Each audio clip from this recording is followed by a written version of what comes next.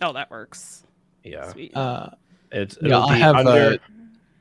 deck lists too if you need them. Cool. Yeah. Yeah, I just We could- figure if, when we talk about that, like I can pull it up or whoever, if we just show it on screen for the purpose of the visual. There we go. Okay, we got 2 links. Boom. Sweet.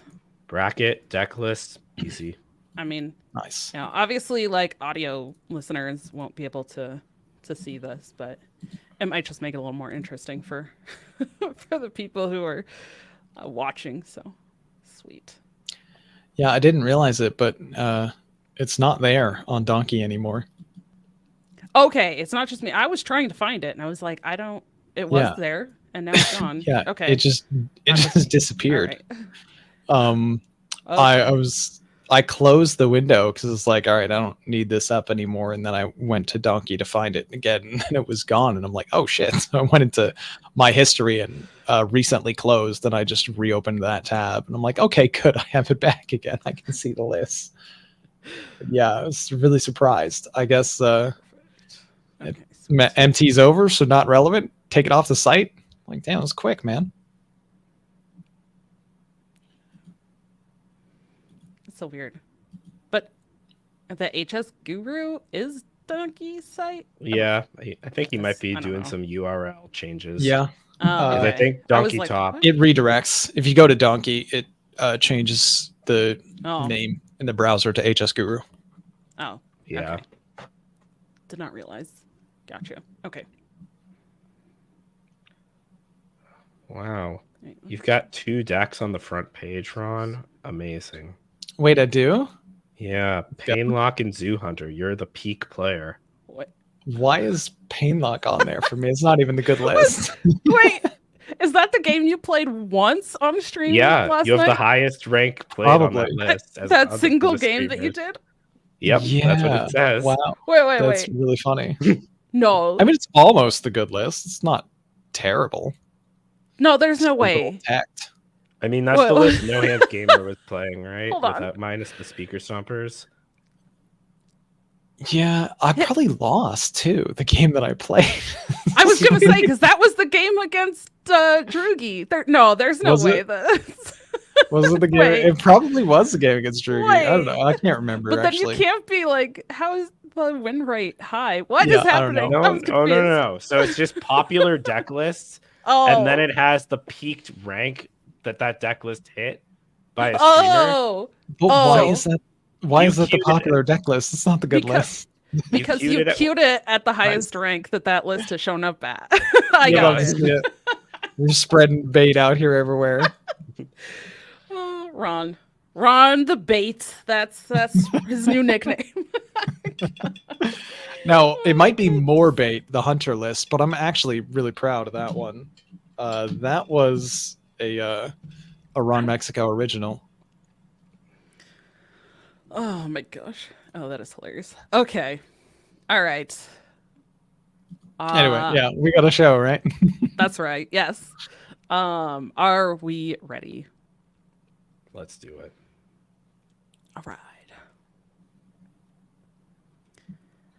Welcome to episode 49 of the TCCG Roundtable. We're your hosts, dragonrider, DankestDad, and RonMexico. How's it going? Hey, it's going good. How are you guys? Good. Better, at least. Better is good. I'm not. I'm working on my nice cough, but fingers crossed I'll be better tomorrow. So Yo, same. I feel like I started this somehow, even though like I know that I didn't, and like we haven't been in anywhere near like even the same states as each other. But yeah, so I should preface this, I guess, by it has been several weeks since we have recorded our last episode. We fully intended to record kind of per normal. So we had recorded at the end of March, and then we were going to record at the beginning of April. And I'd like messaged you guys, and I was like, yeah, I think we're good. And then I was like, ooh, actually, I'm sick. But I think I'll be okay. And then I messaged back and was like, nope, actually, I'm even worse now. Just kidding. This is not good. It happens. And then, yeah, not only did it get worse, but it got so bad that Friday, which was 2 Fridays ago from now, that I had been like throwing up so badly that I started losing consciousness. Oh, And boy. Not yeah, something it you was want. like, no, it was really, really bad. My mom had come over to help me because like I had texted her because I was like, I think I need help. And then yeah, like I was basically passing out and wasn't even aware of it. I like was barely conscious enough to talk. And then yeah, she had to call my husband from work, and he came over, and then they called me an ambulance to take me to the ER. And yeah, I like there's parts of Friday and even the following Saturday that like I still don't even remember. Like I just don't even remember chunks of time. Like On the bad. other hand, if you ever have some time that you could select to not remember, it's probably those times, right? They sound like they really sucked. So, Yeah. I mean, you can delete those, right? You don't need them. Sure. You don't need those memories. Those are Yeah. bad memories. Like I I mean, rather remember not lose memory at all, but you know. Yeah.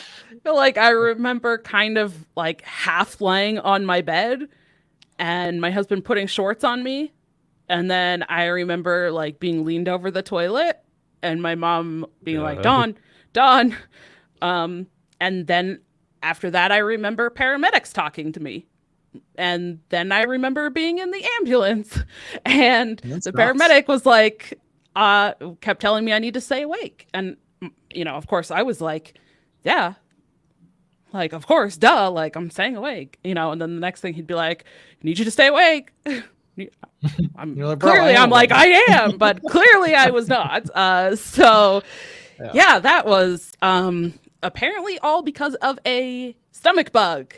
Yay. So Yikes. Woof. yeah, they did a bunch of like blood tests and a bunch of different stuff. They were like testing my heart and all sorts of things. And yeah, it was a stomach bug. So And then apparently my body just said nope.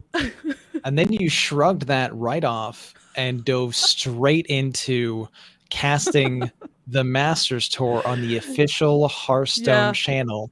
That's pretty damn impressive. That's And a we're really comeback. happy to see you Yeah. feeling better and back. Me too. Yeah. Yeah. And then, so that was Friday when I went. And then Tuesday, I think it was, is when it got announced that I was casting. Yeah, you know. And then, yeah, I had to do all like, in a little bit of just stuff a week's work Tuesday, for and Dragon then- Rider. She's like, yeah, no, I got this. It's Oh, fine. ugh. I don't even remember the bad times anyway. It's no big deal. I don't know if it's like good or bad. That I feel like that's almost normal for me. I'm just like so used to the like good, bad, like just the spikes and roller coasters that I'm like, oh yeah, oh, I guess that was like all within a week's time, wasn't it? Like, Yeah. I mean, I wouldn't Oh. call it good. probably not. It is concerning and unfortunate, but it is pretty incredible just the ability you have to like kind of move right past that and keep on going and dive into something as like mentally straining and intensive as a Master Shorn. I think you did a great job.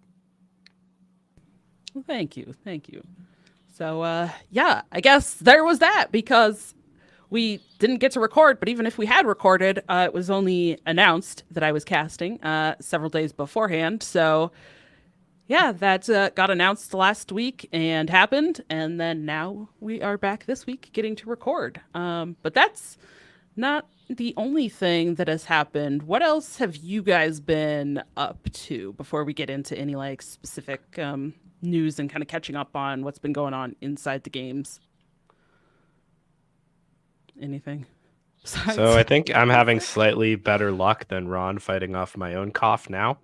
So I'll go first. But outside of games, was traveling for business and to see the family. So I am on a bit of a card game drought. It's killing me inside. But if you want to talk best practices for data governance and data science and product telemetry data, I got you there. That's a great substitute for card games. Let's actually, can we make that our main topic? Oh, sure. Yeah, I got you. I was in 20 hours of meetings over 3 days talking about it. I can talk about it some more. Oh, boy. But other than that, buckle in, listeners. Here we go. Got to take my nephew to his first Red Sox game. Enjoy the sights in Boston. I got to see Kumail Nanjiani do some stand-up. Was a fun week away, but now I'm psyched to get back into this, get over this cold, and play some more card games. That's what I want. That sounds awesome.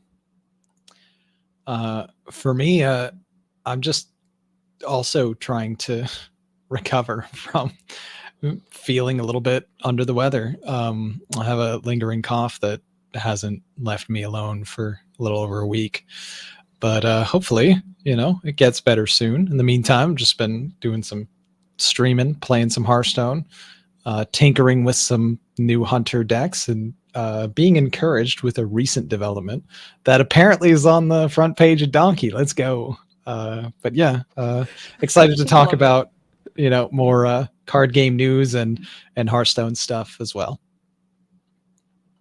Yeah. Well, why don't you kick us off with some news then, Ron? All right. So first off, as far as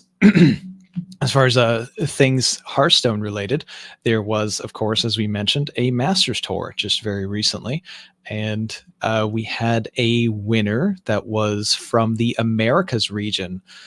I can't honestly, for the life of me, remember the last time that somebody from the Americas region actually won something, significant in Hearthstone. So that was pretty cool. Weekyu was the winner of the Masters Tour. He took down Friday in the final, and our top four was pretty exciting. I think it was Habu and Insane were the other two in the top four, and it was just a really stacked field, incredible players. And we'll discuss it more in our main topic, but just some exciting stuff, and it happened right before the nerf to Demon Hunter. So Demon Hunter was everywhere in the Masters Tour, and then a couple days later it got nerfed, and now it has completely disappeared from ladder pretty much, as we see the meta develop even more. Beyond that, more things outside of standard Hearthstone. Battlegrounds DUOS, which some of us got to test and play with back at BlizzCon when they kind of did a little teaser and let people test it out. It's finally here, along with a new BG's season. Other mode changes have happened. Heroic Tavern Brawl is on the way in early May. Duels game mode has finally left beta. Unfortunately, it died. It never actually made it out of beta into just not beta. It's just dead now. So rip Duels, but there are beta and left the client. But yeah, there's lots of closed release. there's lots of really cool, interesting things happening with Hearthstone. There are some disappointing things on the other side as well. And very recent news, there has been an uproar over weekly quest changes in Hearthstone that are currently being worked on and look like they're kind of in process to try to find the right balance between what Blizzard and the higher ups decided would be a good move for, I guess, whatever their hidden goals are, and the community at large that seemed very upset that weekly quests were increased to, I think, triple the requirement, while the rewards were not tripled. So that also led to some outrage, lots of angry comments, and generalized feedback. I think Ridiculous Hat has done an amazing job as community manager, kind of wading through the nightmare that is the community reaction. And there was a pretty swift response on, hey, we understand, we hear you, you don't like this, we're going to change it, and we don't know what the final form will be. We just know that already the requirements from what they surprised showed up to be are getting decreased, and they'll settle at some point yet to be determined. Yeah, and so lots of for news that, for like, Hearthstone. I wouldn't expect that to be the only change either. I'm kind of figuring that something like that is going to be, especially with the kind of, it kind of came across as something that was like a small change, which that was not like at all the case, and like that was, you know, kind of an error on Blizzard's side. But I would expect like the quest, kind of as we've seen a lot, I would say, with like collection type stuff, and how over time they've changed that. Over time they've changed, you know, things like the tavern passes, and just kind of how they do a lot of the different stuff. We've even seen changes to quests in general before this. So I would imagine this is something that's going to be like an ongoing, you know, adjust and see how the community reacts to it, and then look at things, you know, behind the scenes on their end, and then, you know, maybe make more adjustments, see how people like that, or how it's doing in terms of, you know, their numbers and engagement and all of that. So yeah, unfortunate, you know, definitely not good for the PR and look on Blizzard's end of that, but you know, that sometimes unfortunately does happen, and this is just going to be a matter of kind of moving past that now, and then seeing what kind of changes and adjustments and stuff they make going forward. Absolutely. Yeah. I feel like that's a topic we could even just go more on. Quests. Yeah. Yeah. Good. It's Definitely good. It's really an interesting one, because like I can say honestly, I haven't looked at my quest log in a few years. Like never thought about it. But Yeah, it's such an important part of the experience for other players, and yeah. Well, we're like highly engaged, right, in Hearthstone, so we don't really need to look at quests basically ever. We'll probably just passively, naturally complete them, given our relationship with the game and how often we play Hearthstone. And it did seem kind of weirdly out of touch with the casual experience to increase the requirements so severely like they did. Definitely. Especially when there have been so many complaints, at least like privately too. For me, I've been at least a little bit frustrated that balancing seems to be so much around the casual player experience rather than, you know, oh, we want to do these things for the players that are the most engaged in this game. Like, if you were doing balancing based on players who are most engaged, you're probably not nerfing Hunter like every single patch, as an example, for like, you know, a bunch of patches in the recent past. But you do that because it happens to be a problem at lower ranks where like more of the casual players reside. So, okay, you've told us that your focus is very clearly on like the casual players, the people who make up the majority of your base. I get that. That makes sense. I'm not going to just get all bent out of shape that, hey, you're nerfing a class that isn't actually that good at top ranks because it's really good elsewhere, and that affects the experience of way more players. I get it. And then they go and do a change with the quest where it's like, hey, this is going to be great for the people that play Hearthstone all the time, but it's going to be bad for the majority of the player base, you know, the casual players that keep the game thriving. I'm like, can we not, how about you do it the other way though? Like, I would prefer that you balance things and say, forget the casual players. If we're going to say, forget the casual players, can we just like balance better instead? Anyway. I don't know. It just seemed weird. It seemed like out of place. It's like you already communicated your focus like kind of clearly with your other plans. Why this weird change? Yeah, well, I think it's probably just a misjudgment of how people would react. Yeah. I mean, realistically speaking, I think it's when you say secret plan, I feel like the secret plan of most companies is to, you know, make money, drive engagement, and it might just be that they want people to feel like they need to play more Hearthstone. And whether that's right or wrong, not to say, that's a discussion that's happening internally there, and we can only speculate. But Yeah. And I if mean, you are plenty of people engaged- have kind of accused of like the bait and switch approach, right? Where it's like, hey, you intentionally rolled out something that people weren't going to like so that you could roll out something else that people wouldn't like, but would compare to this first thing and say, okay, it's not as bad as that, and then it'd be less bad or something, which is kind of a weird thing, but it's also been done before. So maybe. I mean, maybe, but that also seems like a really bad business approach. Like if you're going to do that, like, hey, let's make people absolutely hate us and really mad so that they leave the game instead of playing more like we want. Like that, I don't think that was the intention at all. Like, oh yeah, I think people are just really upset and they're just like, let's say that there's like this evil mastermind plan behind it, which I don't think there was. And like nominally speaking, the game is more free to play friendly now. You are accumulating more resources, you're getting further on the track, and getting more stuff if you're playing.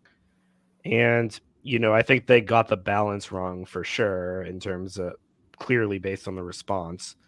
But, trying to make that trade-off of giving your players more but demanding more of their time is a difficult one, I think. Yeah. All right. I think a lot of our news pieces are things that we have already mentioned before, so I'm just gonna bullet point these next couple of things.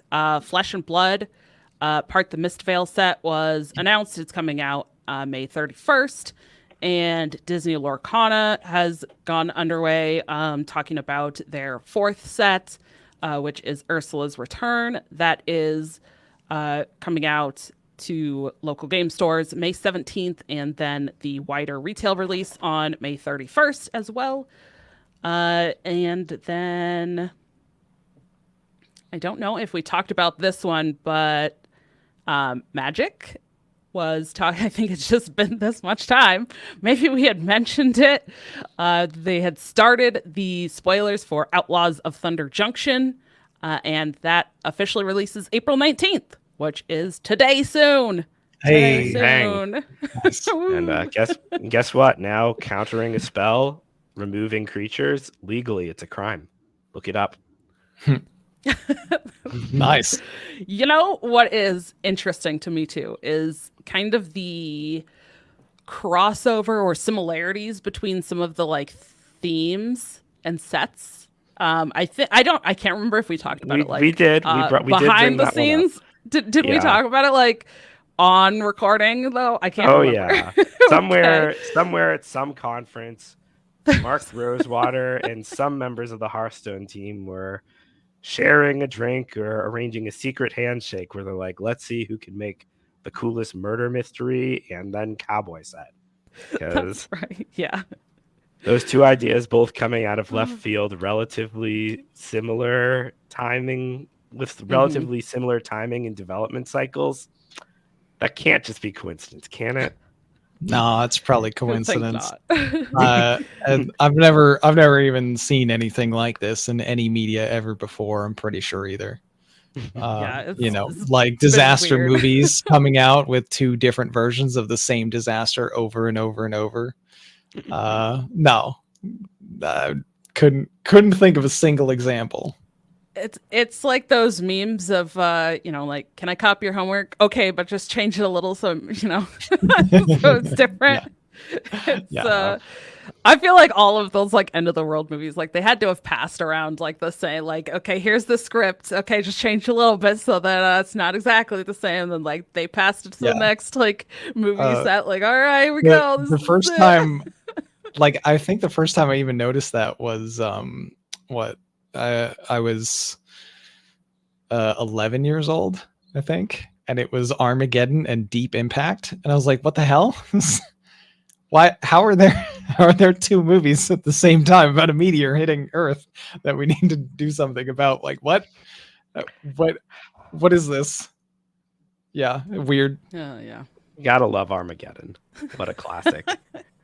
I do love Armageddon. Unapologetically, I've heard plenty of people say that that's a bad movie. I don't care.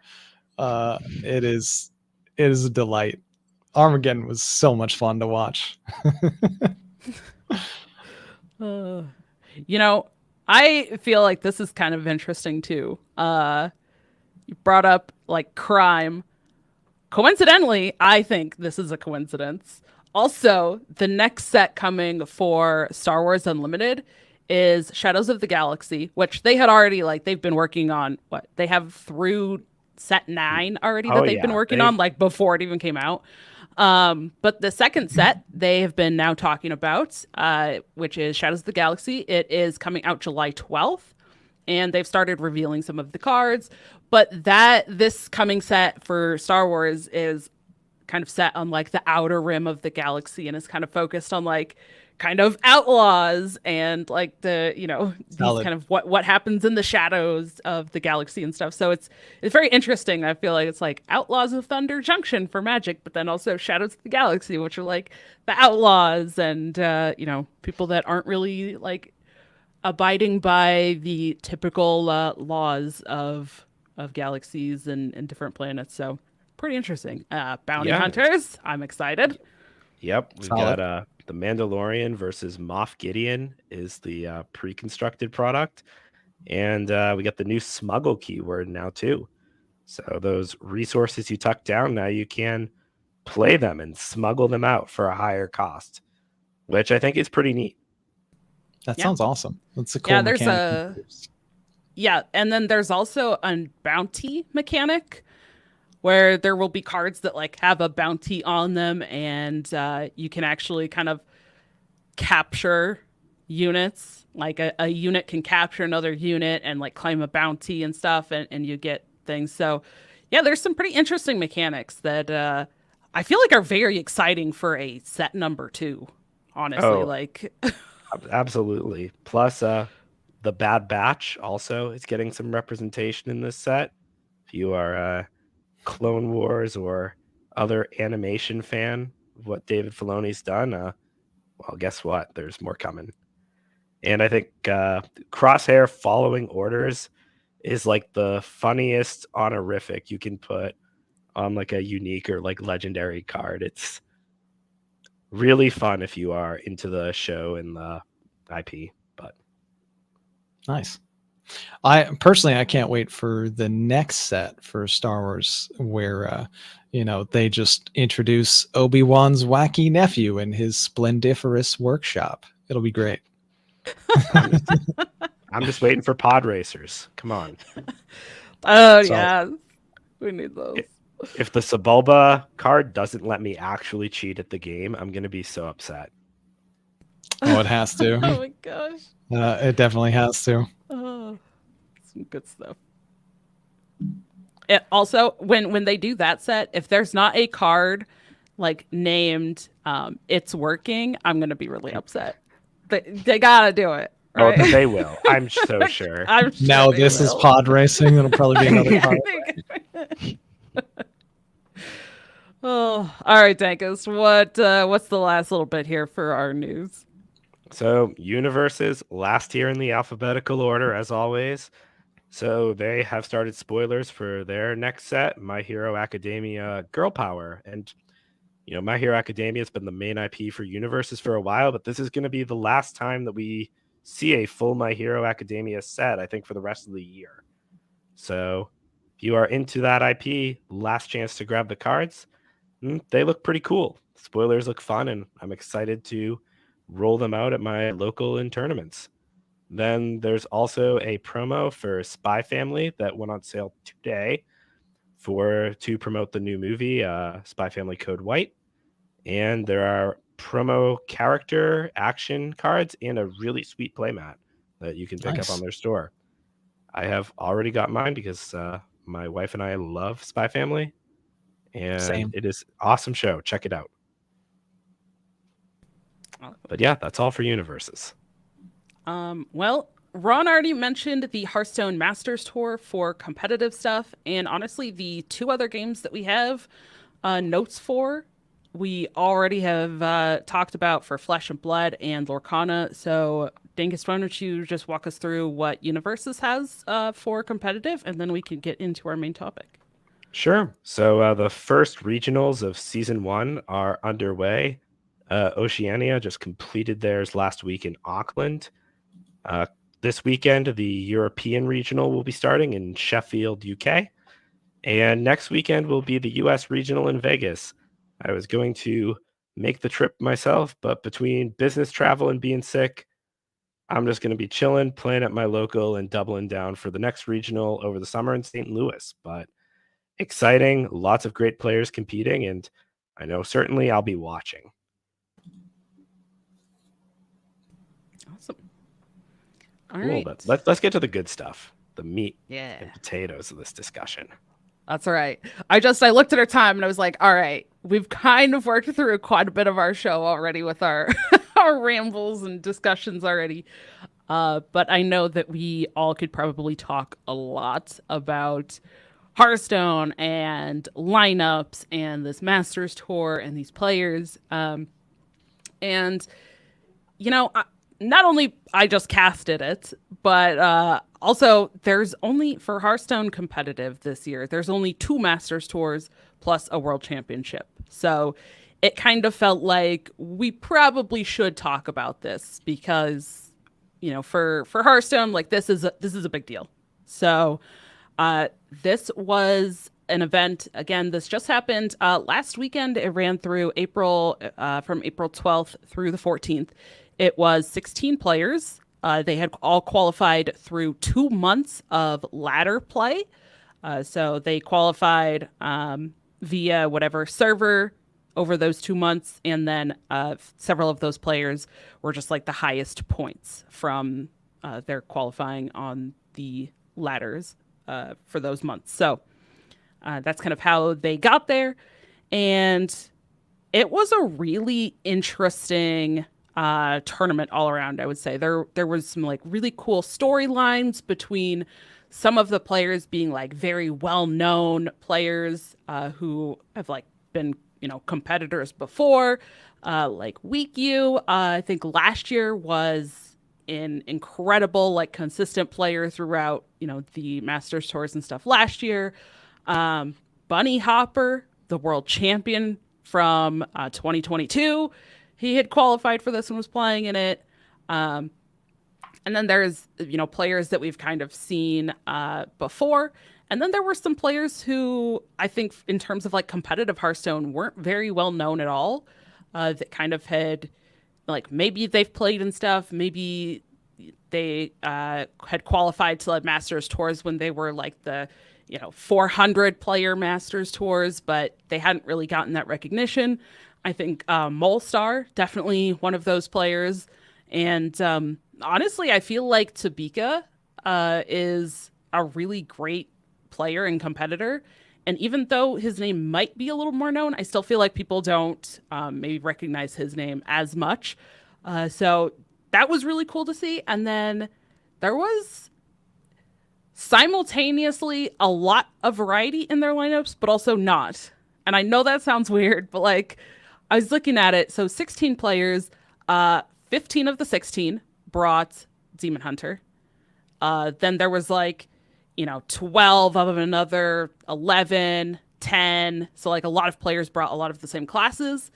And there were only 6 classes represented overall.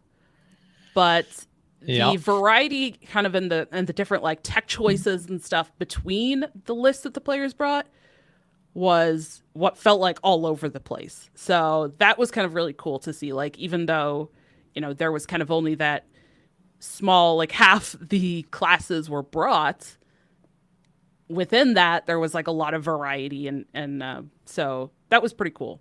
How much since I casted, I basically watched all of it. Cause even when I wasn't casting, I was, behind the scenes, like watching, the other teams of casters and watching those games so that I had reference points to talk about or whatever. So how much did you guys get to watch? What did you think overall of the Masters Tour? And then we can kind of dig in a little bit in that more like nitty gritty detailed analysis. But overall, how'd you feel? I was really impressed by the skill on display. from all of the players. There been, at least somewhat recently, what has felt like less skill testing metas that we've seen. Our current world champion Pocket Train would probably be the first to tell you that the actual worlds that he won was one of the least skill testing in terms of gameplay metas that we maybe have ever had as far as like a major tournament. It was very skill testing in how to design and bring the right lineup, which he did. And once he did, he knocked it out of the park. But this Masters Tour was just, it was so hard. Like the amount of decisions that had to be made that were insanely nerve-wracking and complicated and difficult under that kind of like, spotlight and pressure. It was impressive. I was blown away by especially some players that like I didn't really know much about, like Friday, who made it to top 2. He found so many lines and different ways to just stay alive or barely make it to a point where he kept giving himself a chance and wound up winning in multiple different situations where I think, just a tiny variation in decisions that were made changes the outcome of the game. And that is something that dramatically, I think, displays like just how good all of these players were playing. I didn't catch a lot of the top 16, like the early days of it. And then I caught a decent chunk of like top 8, top 4 and beyond. And I mean, wow, just like the different choices that were made within the like, same archetypes, but minor tweaks and tech choices or card here and there that wound up being relevant. Gameplay decisions that like someone else just wouldn't spot at all. Or, I mean, you're just like watching, you're like, wait, why is he doing this? And all of a sudden, like 2 turns later, it's revealed how genius the play was, type of stuff. Like, it was amazing to watch. It was so much fun. It got me like, it made me want to immediately play Hearthstone and not stop playing Hearthstone for a while and be like, can I play like these guys can play? No, I can't, but I want to try, and it was cool. It was a really awesome experience. I loved it. Yeah, I can say on my end, I still have not gotten a chance to watch the matches. As I mentioned before, I was traveling, but I did get some time to review the lineups. And I can say that in a good way, all of these players are insane. The amount of skill that it takes, the amount of time and persistence it takes as well to end up in one of those 16 spots is nothing to scoff at. All of those players are incredible. And, seeing these lives on the stage, Nature Shaman, I think, is sort of the deck that's kind of has brought that feel. It reminds me a lot of Garrote Rogue in the sense that there are a lot of non-linear sort of game plans that you can take. Sure, sometimes you just have the damage and go zap zap on turn 6, but there are lots of lines that you need to consider, whether you're going to take a defensive stance to clear the board, whether you're going to build your deck with the conductivity Jive Insect package and have that sort of alternate Ragnaros win con. Both in deck building and in piloting, there are just so many differentiators. And most of the Nature Shaman list are not identical. There's those little tech choices, and it's awesome. And then you even have some players like Bolstar who completely broke the mold and brought a lineup that was a little bit more out there, trying to target Demon Hunter. And as the one player who didn't bring it, it's tough to win every match, but boy, he gave himself a good chance. And, even at this level of play, Conquest is not solved, guys. We don't get to play this on ladder for tens of thousands of games. There's just one big stage. So don't be afraid to, innovate and try things. They can't prep for all of it. Yeah, Molestar's lineup was wild, and the game that finally was the one that he wound up getting knocked out of the tournament with. easily could have gone a different way. It came down to some random outs and a Khadgar not casting the right spell off of the Wisdom Ball, which true to form, he never casts the one that you want. But it was incredible to see. It was a very inventive lineup. He clearly went after Demon Hunter hard, and without, I think, multiple exactly fortunate things that unfolded in just the right way, I'm pretty sure he would have won his matchup. And then obviously that would have knocked out the eventual champion, Weekyu. And who knows where we would have ended up. Maybe Molstar wins the whole thing. Maybe someone else does. Yeah. And, one of the things I say about card games to other people in my play group is that someone's got to win. And, like all of these players, I would say, are in some way deserving. Is the person who won the most deserving? Maybe. But, I don't think that there is anyone in that group of 16 who you should be surprised or shocked that they won. All of them are very capable of it. Yeah. Like they are world class. Yeah, 100%. And talking about Molstar's deck lists together, I guess we can click. Okay. I was not aware that clicking his name would show all of them together. There we go. Perfect. Well, I was clicking the deck lists individually, which also was interesting because this website that we're using, I guess we're saying HS Guru, run by Donkey, absolutely great site. But that when I showed just the individual shaman list, which is not Nature Shaman, which was the popular choice.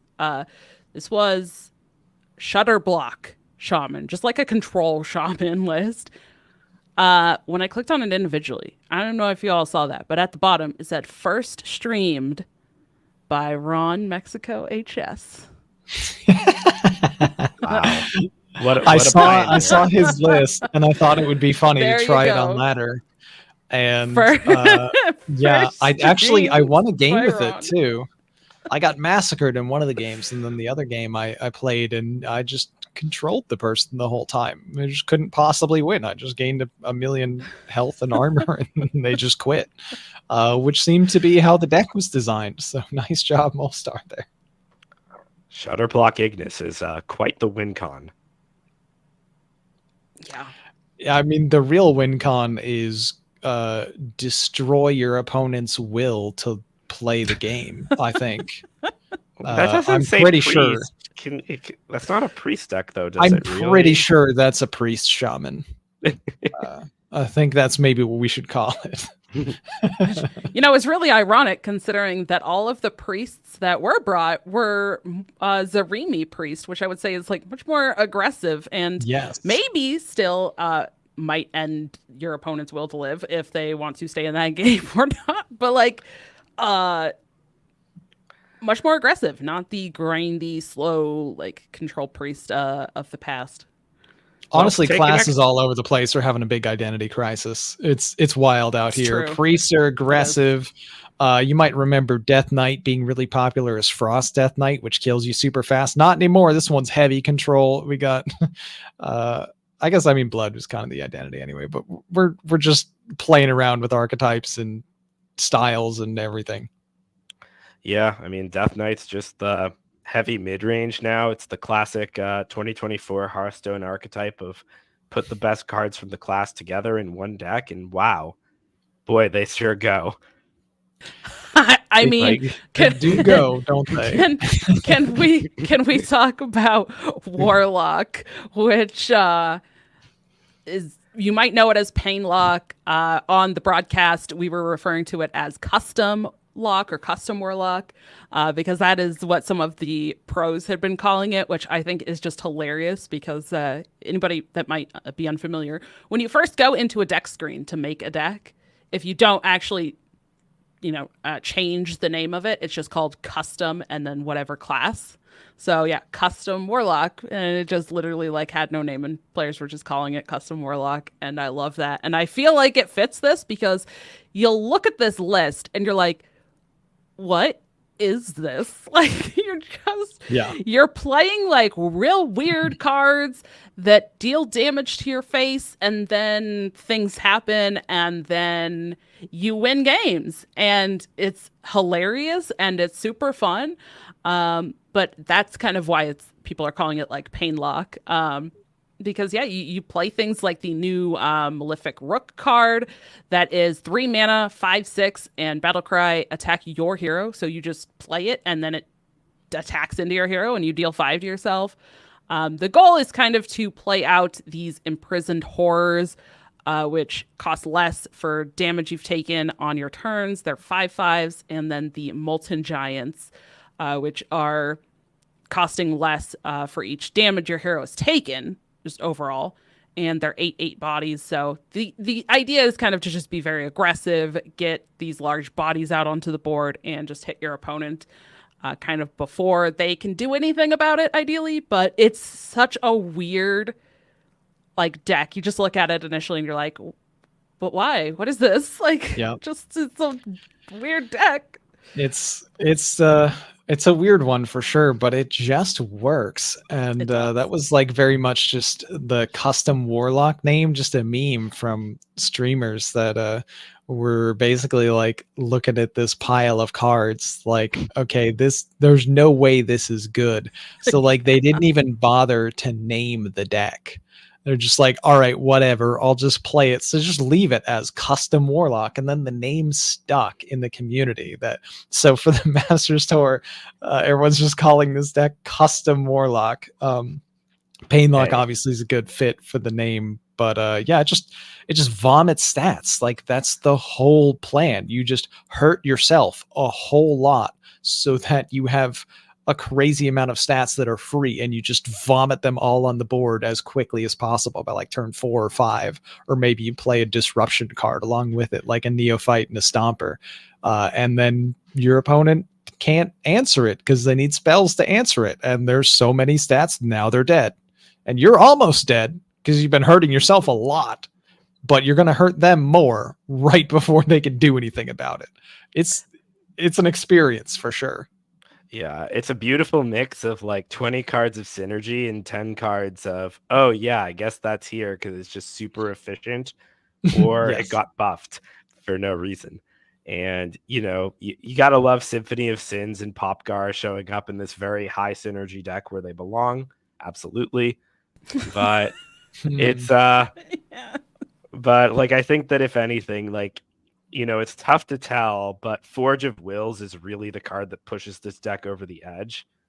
And I think that Warlock has all of their eggs in the Forge of Will basket right now as a class, and it does a lot for them what Umpire's Grasp was doing for Demon Hunter. So I hope that card is absurd. Yeah. I hope that they remember that if they're ever making changes to Warlock, because if they ever want to touch Forge of Wills, please give us some love somewhere else, because that card is really the one that makes this deck go.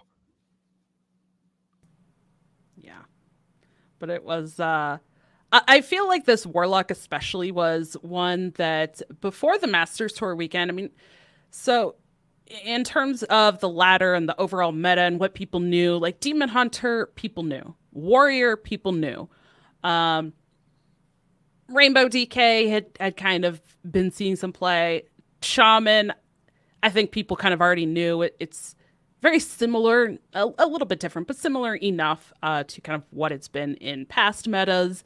But I don't feel like a lot of people, or at least like the majority of people, were very familiar with the Warlock or potentially even Zarimi Priest before this tournament. So it was kind of just like, oh yeah, by the way, here's these other decks that are now like starting to pop up. And then of course you have this big event and lots of people watch this tournament. You see these like top players who, again, some are like very recognizable names. Some of them are streamers. So you see these lists, and then people just want to take these lists onto ladder and start playing them. So then they just gain even more popularity and, start getting a lot more stats. So they show up on like the stat websites and get talked about. And then I feel like everybody kind of knows them after that. But yeah, it was really interesting to kind of see that mix of like, okay, everybody kind of knows and expects a lot of Demon Hunter, and everybody kind of knows and expects a lot of Warrior. But then here's these other added decks that maybe these 16 players were potentially expecting or more familiar with. But I think a lot of people outside of that maybe weren't as expecting of those. So it was really cool to see. Yeah, for sure. Yeah, and like, to be these players is so tough because it really shows how much you need either really, really good abstraction or a really, really good play group. Because when you're testing on ladder, there's this reality that you're going to be playing against Demon Hunter, at least at this period of time, 30 to 40% of your games. And for a lot of these players, their plan was never to play against Demon Hunter a single time. And you have to be able to sort of envision, what does a meta look like without Demon Hunter? And on level 1, you're like, oh, cool. I'll go to HS Replay. I'll set Demon Hunter to 0 in the stats and see what's good. But even the decks that people are bringing and playing on ladder are biased by the fact that Demon Hunter exists. So these guys are going to that level 2 and saying, all right, so Demon Hunter's gone. This is what I expect people would do in that case. How do I match up well against that and beat it while doing something that's also just independently powerful? And like I said, you need to be able to abstract really well and just have really good game knowledge, or just have people you can trust to jam a bunch of games with and figure it out. And it is really amazing how those guys can do it. Yeah, I think Painlock just became a thing. Yeah. because of the tournament meta completely, and now it's everywhere on ladder. That probably would have taken some time to develop after a Demon Hunter ban, but with the Masters Tour prep, boom, it's here right after the nerf. Yeah. And Blizzard banned Demon Hunter for the rest of us, and Essentially, Painlock is doing great. Yeah, nerfed it, and then it's gone. Yeah, that's really interesting. I definitely wanted to get your take a little bit on like lineups. I think all three of us have at least a decently extensive like experience building lineups and talking about that kind of stuff. But I know, Dankest, that you really get like into the nitty gritty, I would say, of like building and like different approaches to building lineups.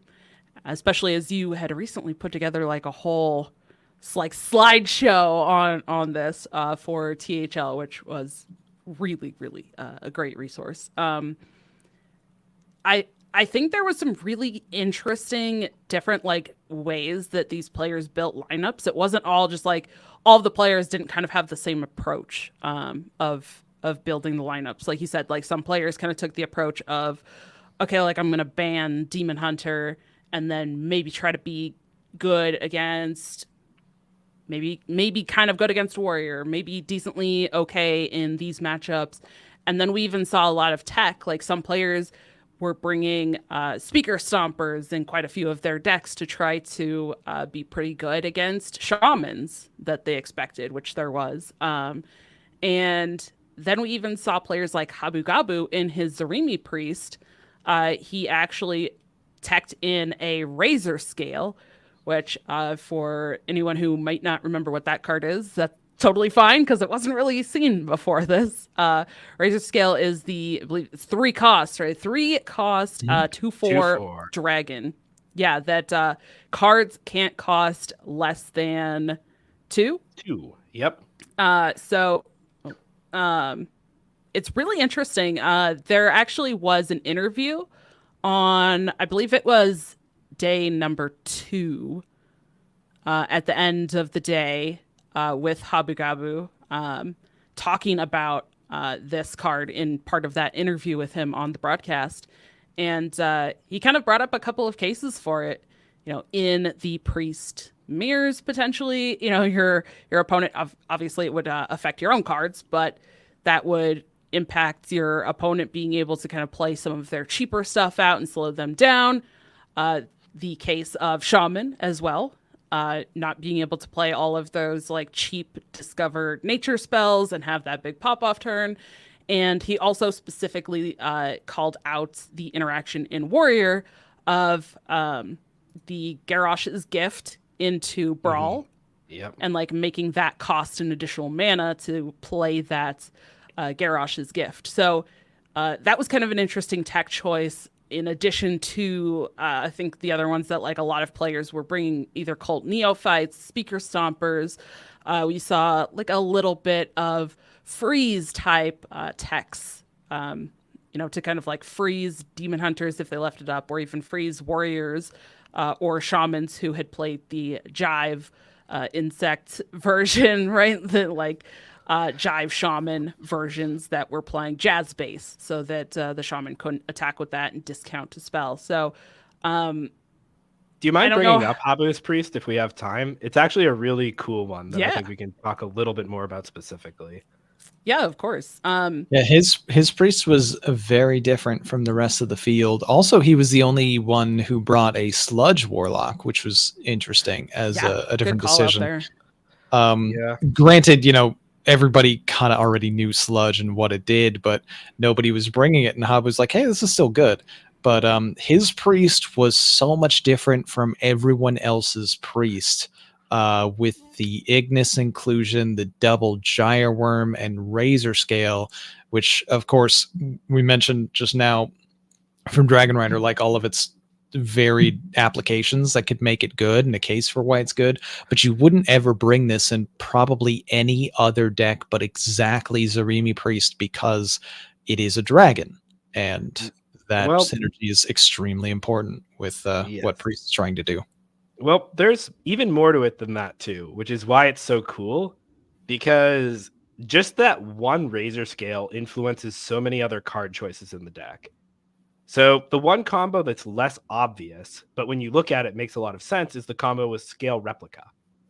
So you'll notice here that there is no other more expensive dragon than Zarimi after Razor, and then there's Razor Scale. Mm-hmm. So if you have your Zarimi, even though you're only running one copy, you're very likely to find it, because the second Scale Replica will always get it. You can naturally draw into it. And if you have Zarimi in hand already, then the first Scale Replica will get you that Razor Scale. So right away, the opportunity cost is very low. Then, if you compare this deck to other priests, like if you take a look at Bunny Hoppers, you'll see that there aren't many other cards that are occupying those 4 and 5 mana slots. But Habu has built his deck in such a way that he can take advantage of the symmetry of the effect and make it more asymmetrical. This deck has Speaker Stomper for disruption, but it really doesn't want to play Speaker Stomper on curve. And if this Razor Scale happens to come down early in the game in the mirror, Habu has the Gyre Worms and has the Ignis to kind of shore things up a little bit and give him that tempo turn. Because you can go Razor Scale, Ignis, 5-drop weapon, which isn't the mode that we usually see from the card, but it lets you just tempo out and win the matchup when your opponent can't combo off. And where's the Forge card? Glowstone Gyre Worm, which on turn 4 is an amazing play if you're trying to follow it up. You can also forge it, play another 1 or 2 mana card for 2 mana, have it for later in the game as another way to go face and reach, when a lot of decks can stall out Priest just by winning the board. And Gyre Worm and Ignis both go face without a board. And Ignis also is pretty cool with Zarimi getting an extra swing in there. Like, there are just so many little synergies in this deck that don't seem very obvious on a first glance. But this is just really, really smart. And I think it sets up well with the rest of Habu's lineup that really wants to play into Priest and Shaman. So Sludge Warlock, again, just has all of that burn that's going face. Good at board control, kind of in a way that Painlock isn't necessarily. And yeah, like, I just really, really like this lineup. And this sort of soft target strategy is just an incredible one. And yeah, like I could sit here all day and, I've only looked at this lineup for a little bit, but it would probably take even a group as skilled as us, probably hours maybe, to actually dissect all of the decisions and reverse engineer the card choices. And that's what I think makes for a great Conquest format, which we're living in right now. Yeah. It really is. There's a lot of variation, a lot of interesting choices that can be made, and Habu's lineup is a really good example of some incredible, like, creative lineup building. You obviously talked about the Zarimi priest doing all those different things. Although, I mean, to be fair, if you have to, in a deck that's trying to be as fast as this, if you have to forge on 2 instead of actually playing a minion, and then one of your only 2 forge cards in the entire deck, or your Ignis is a dead card, and then Razor Scale on 3, and then Ignis on 4, and so 4 mana, 2/4, and then play your 5 mana weapon, you're probably not doing great in most matchups, but there are certainly fringe situations where it could be applicable. But just like all of those possibilities and branching pathways that he enables himself to go, and looking at these lists, you can pretty clearly tell he built it in such a way he's very much expecting that he's going to be facing shaman and he's going to be facing warrior a lot, because he's got a lot of speaker stomper tech like disrupt spells for either, you know, the crazy pop-off turn that shaman does, or warrior type removal. He didn't go with the other shaman list. He went with the jive list because it has a much better matchup against warrior, I would expect. And there are other, like, smaller choices you see just kind of throughout where it's like, okay, he's got these things in mind for why he built the deck in this specific way. It's very, very interesting and a really cool lineup. Absolutely. Although that curve you're describing, I'd be very happy with that if I was playing against Shaman. That sounds really great. Like, fair for shamans specifically, because they're probably not actually developing pressure in the first couple turns, so you can get away with a forge, and then if your dragon is sticking and disrupting, they're having a really bad time. Yeah, but all in all, incredibly cool.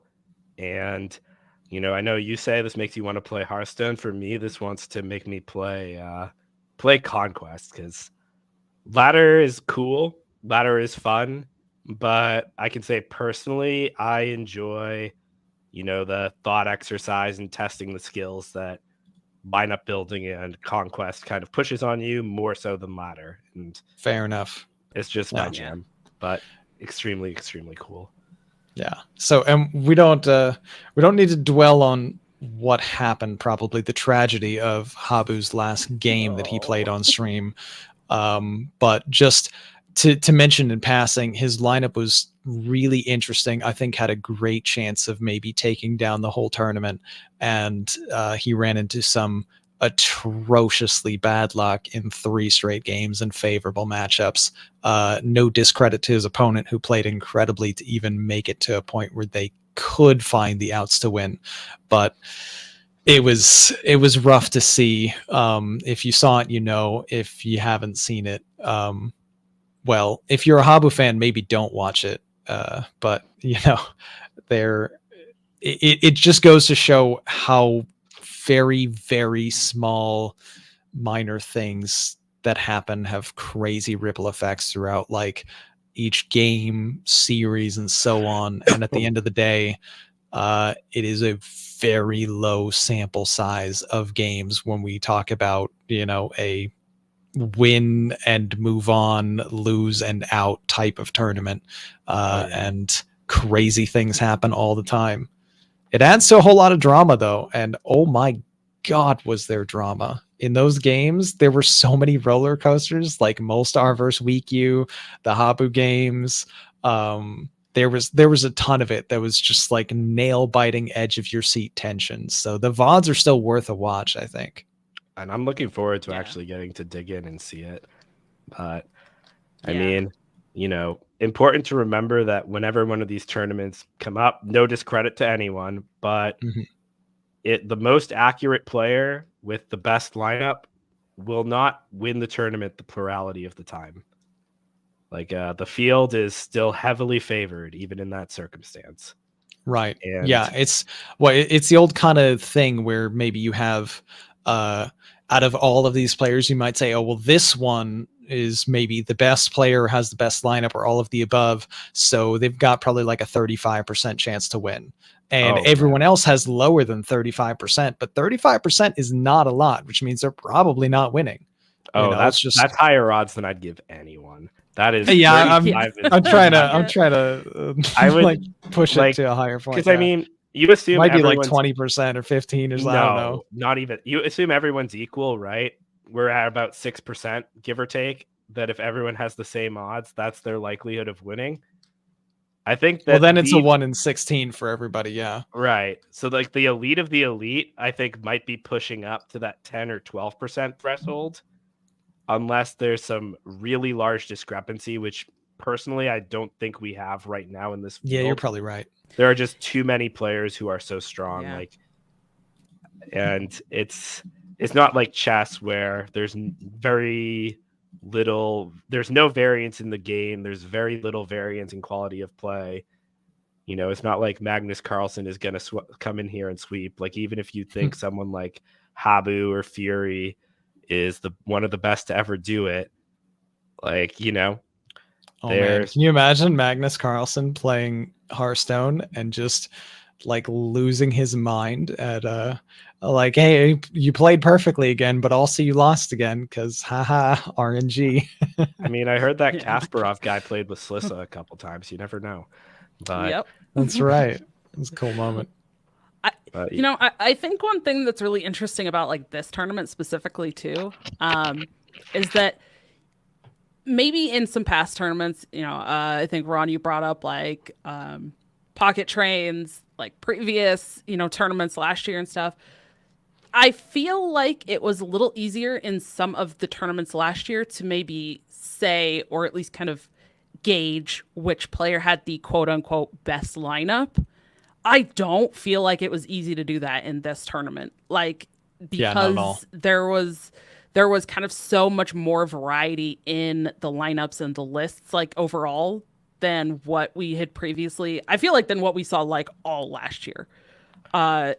This tournament was so cool. And so, when you put all of those players who are at that same level in this, like, these decks that are so varied and these lineups that are kind of approaching things slightly different, like, it was just a really cool tournament overall. Like, and I keep trying to look back and think, okay, if I'm going to suggest like one or two or just a couple of matches for somebody to go back and watch the VODs on, it's so hard to pick like just a couple to go watch. It's like, because honestly, so many of the matches felt like it could have been the finals.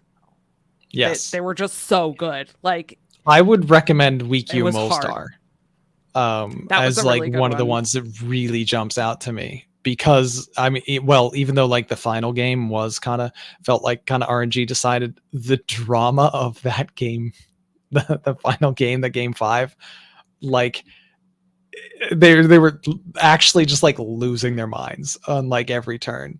But it's cool to see like Molstar just full poker face. WeQ, like, oh my gosh, like just losing it.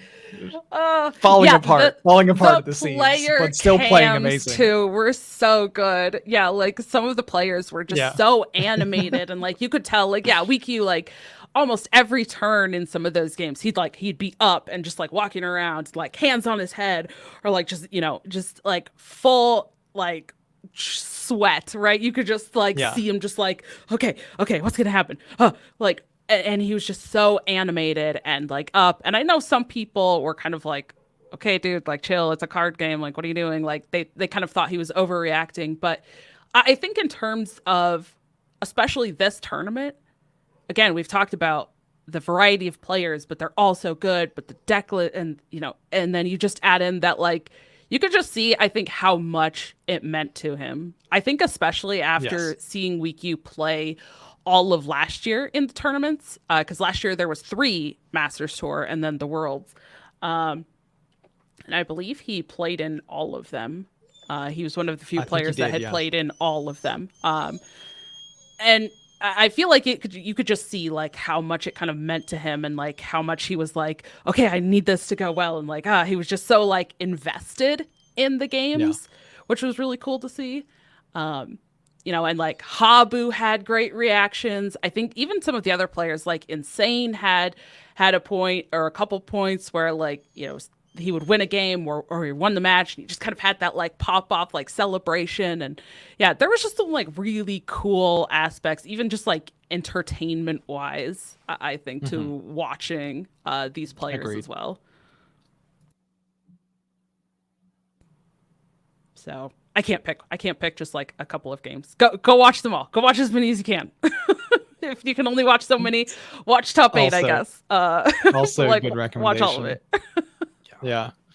I mean, I think each of the top 4 matchups were pretty entertaining. Top 8 too. There were so many standouts, and it's obviously really hard to pick, but just so much incredible gameplay was on display, and you probably can't go wrong just picking any one at random, just to get a feel for like what that tournament was like. I mean, people were living and dying on every turn in some stretches. Part of what I loved the most, honestly, about that tournament was seeing Weak U win, even though I was really disappointed for Molestar, and I kind of naturally root for him because he's played in THL. I've played against him in THL many a times. He's an incredible player and part of like a community that's much closer to me specifically. I was rooting for him, and when he lost to Weak U, I was immediately like, okay, I'm rooting for Weak U now all the way, because he's so good. He's so absurdly good. He's dominated like America's Ladder, hitting rank 1 almost every single season for basically a full year plus, maybe year and a half at this point. You could see how much it meant to him. Like his previous stretches and previous Masters tours, he just couldn't crack through, and this time just everything came together, and it was so incredible. So I was thrilled to see that he actually won. Yeah, and and those commentators, that's right, Jester. Those commentators are incredible. Yeah, and like I mentioned before, Ladder and Conquest are different skill sets, and man, like to be that on top of the Ladder game and still able to come in for Conquest and clean up like that is really, really speaks to his, drive and desire to win. Like that just takes a lot of investment to get to that level. There's a really cool growth arc to see, right? Like he was like the ultimate Ladder player all of last season, but didn't really have any good tournament results. But he played in all of those tournaments, and he did well enough. He just couldn't break through. And what do you know? Enough experience, reps under his belt, and all of a sudden, boom, he's our MT champ. Yes, indeed. Yeah. And I think I guess I'll just speak for a minute on like my end of things too. Talking about like commentators, as we mentioned, I was one of the 5 casters, which I don't know. I think it's just because like I'm so hard on myself, but I'm always amazed like when I get invited to cast. I'm like, oh, what? Like I'm getting invited again. I don't suck that bad. They're not firing me. Okay. So it was really exciting to get to cast this one too. Like, I don't know. I feel like every time I've casted now, the several that I got to cast last year, and then this one is like, each time it just keeps getting like better and better. And like part of that I think was the meta and the decks. Part of it's like the players and the reactions.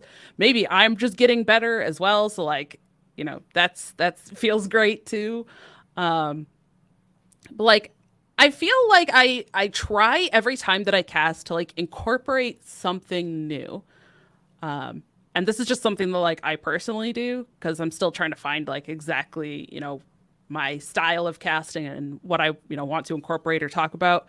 But I also know that like for this one, there is a growing blind community for Hearthstone. So I was like, hey, I want to kind of really try to make sure that like I'm incorporating a bit of like a little bit of like play by play and like saying things that are in the hand or maybe what was just drawn or things that might have gotten burned. Because for those players, or even like when I used to watch these tournaments, I'd be running errands, I'd like have the phone like in my pocket while I'm at the grocery store just listening, or like making dinner. and I can't see what's on the screen. The caster just go, "Oh, that was a terrible burn," and I'm like, "What was it?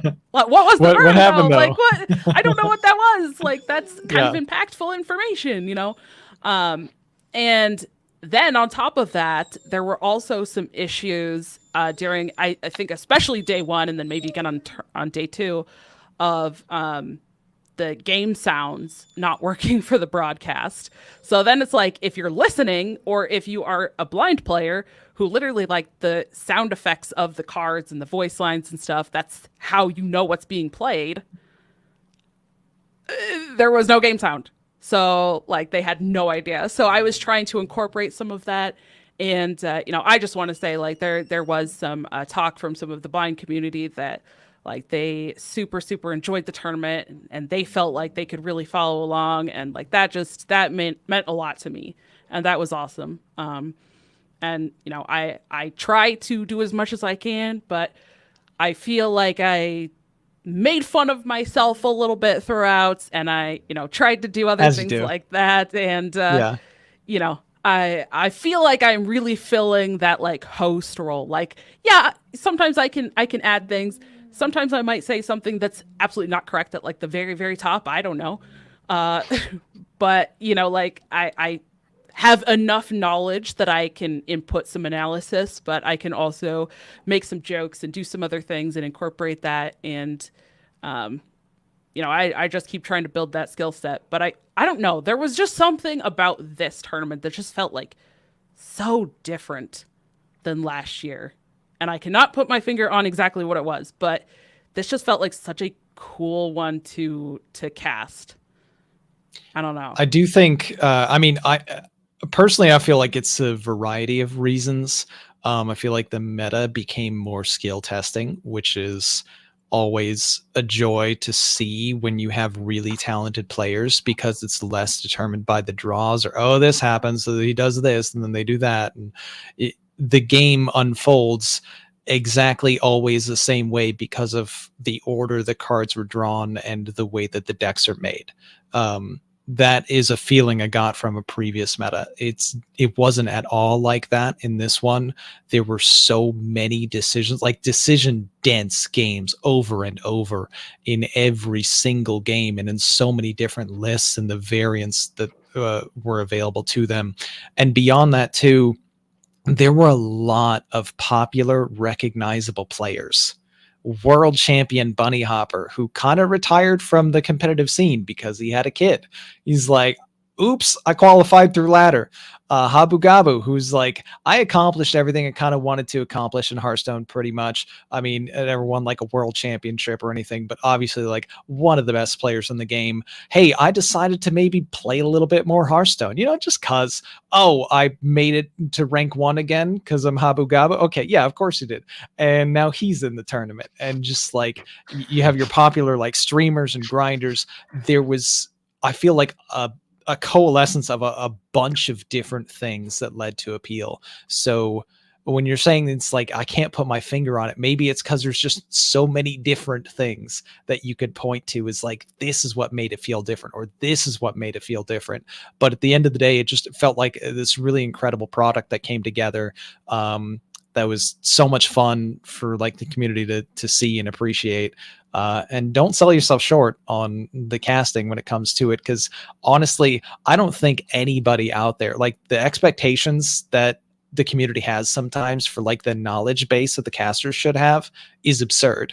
Like, I'm sorry, but none of us are going to be making the plays that these players are making, because if we were, then we'd probably be here. So there's probably a whole lot that all of us are going to miss as far as the nuance of the gameplay that's involved, or why someone made this decision in this moment.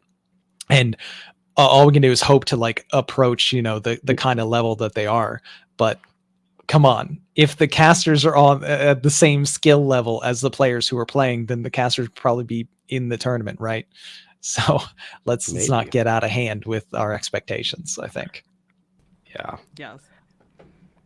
Well, I don't know. Gio was casting all those years, and I don't know. Well, Gia's different. Man, nobody can fill Gia's Nobody's shoes. Gia. I was actually Nobody's Gia thinking but Gia. about that yesterday. Yeah. I was like, "There's no way." Like, I mean, maybe people ain't got no spoiled. way. Maybe people got spoiled Yeah. because they watched Gia for a little bit, and she actually was at that skill level, and like she would actually like call out some misplays by one of the players who's in the tournament, like, "Oh, he probably should have done this because this play was better." And it's like, and then she made one of the tournaments later because of course she did. It's like, yeah, she's on another level than like everyone else. It's okay, we can't be Gia. Yes. Yeah, And yeah. That's why I say I fill the host role, because I'm like, I know that I'm not at that level, but as we know, even from like this show, I know I'm good at the segues and the transitions and the like, keeping things on track or whatever, and so I can definitely do that and then intermix a bit of knowledge and stuff in there too. So I definitely feel like that's kind of a really good spot for me, and then. As I work on that, like I'm going to keep working on my in-game knowledge, but I feel the same way. This tournament, I feel like sometimes I'm like motivated after casting or after watching a tournament. I'm like, yeah, like I'm going to go to ladder and I'm going to play now and like I'm going to get better. But there was, I don't know, like this time I was just like, I got it. Let's go. Like we're doing it. Like, nice. And then I okay. So we talked about how I went to the hospital the week before, then turned around and casted this. Mm-hmm. Not only did I do that, on Sunday after casting the top 8, I played in 2 THO matches and worked on my schoolwork. It was a very long day. But I will say, I did win both of those matches. Hey. So turns out, after watching the best players play those decks all weekend, suddenly you can play them a little bit better. Who would have thought? I knew. I saw the lines. I was like, oh my gosh, we talked about this on the cast. Okay, I know what to do now. Yeah, that was great. But yeah, there's just something so cool about this. It was just, I know. I'm always passionate and I'm a nerd, but I don't know. There was like this one. I'm just like, this is it. This is what we needed. I don't know. Maybe it's just me. I guess between your experience and pocket trains, we can determine that casting the tournament gives you a bigger edge than winning the tournament when it comes to playing your matches. Exactly. That's exactly nice. What it is. Yep. We found it. We found it. The strats. Oh my goodness. Okay. Well, anything else that either of you want to make sure that we talk about in regards to this before we close it out? I know we've gone a little bit long for this one, but sometimes when we have those good topics, we just gotta go a little longer. True. Yeah, I think it's well worth spending the time. This was a good one. All right. Well, let's go ahead and start closing things out. So as always, thank you so much, everyone, for joining us this week. And if you or someone you know would be interested in joining us, definitely reach out. There's a lot of ways that you can get in touch with us. You can email us at tccgroundtable@protonmail.com. You can follow us on Twitter at TCCG And while you're there, check out the top pinned tweet. Oh my goodness. Or even use the description or show notes. Use that YouTube description. Join our Discord. Get some conversations going in there and reach out to us personally in that Discord. If you are interested in checking out the video versions of the show, you can keep up with that on my YouTube channel, youtube.com, dragonrider TCCG. And you can listen to the audio versions wherever you can find podcasts. If you are a physical game player, you like those physical card games, definitely consider helping us out using our Inked Gaming affiliate link.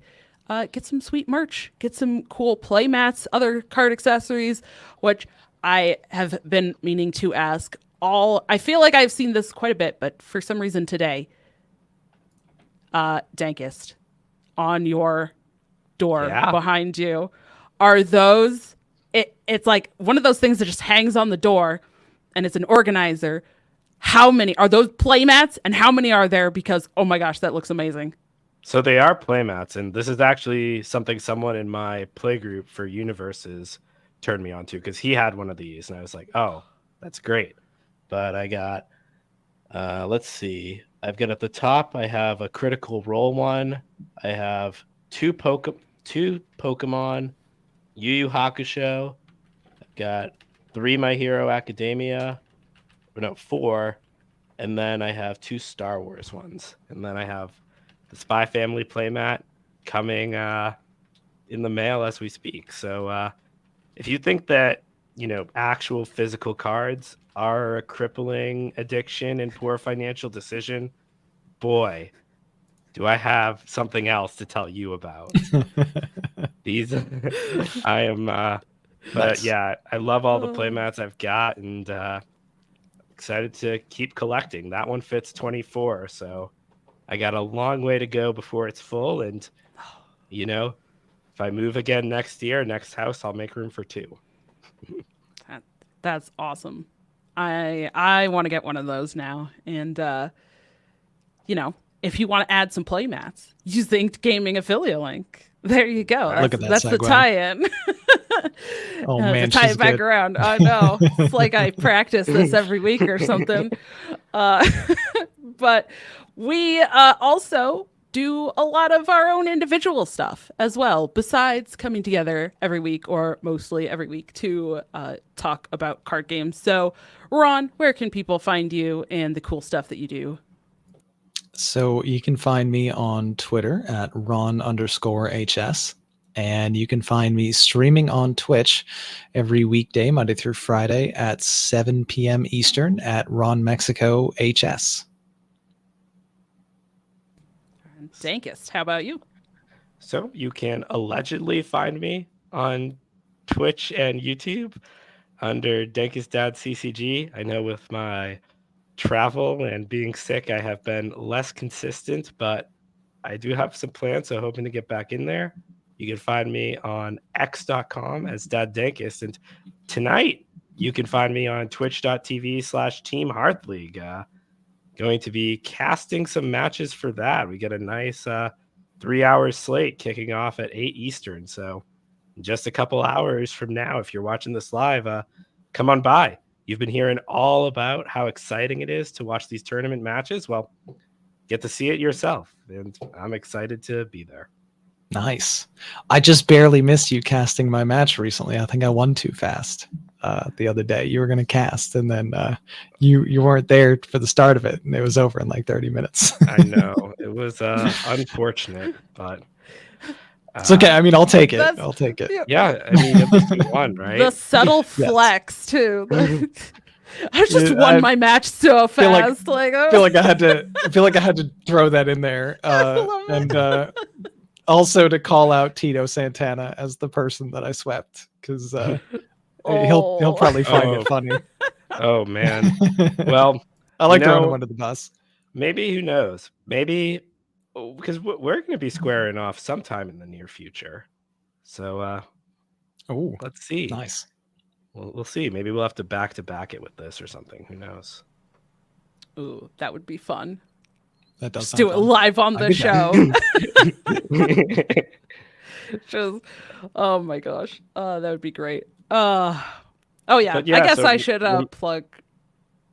Go ahead. I was just gonna say, remember, Zarimi Priest is terrible. Pain Warlock can't win any games. Just forget everything we said here. Of course, I would never endorse that. Yes. That. Of course not. Yes. Here I am trying to get even better at Zarimi Priest. I'm like, okay, I'm gonna play this deck a bunch now. Yes. Well, yeah, I guess I can plug where I'm at. I also, like Dankest, have not been as consistent as either I should be or would like to be because of casting and being sick and stuff. But if you would like to at least somewhat stay up to date with what I have going on, you can find me on Twitter at DawnieDK, DAWNIEDK. You can find me on Twitch and YouTube, dragonrider TCCG. And you can also find me outside of this show on another podcast specifically for standard Hearthstone called the Dr. 3HS podcast. Oh boy, guys, that was a lot. It was great, but that was a We lot. nailed it. It was fantastic. Nailed it. Yes. Well, that wraps it up for this week. Thank you so much for joining us, and we'll see you at the roundtable.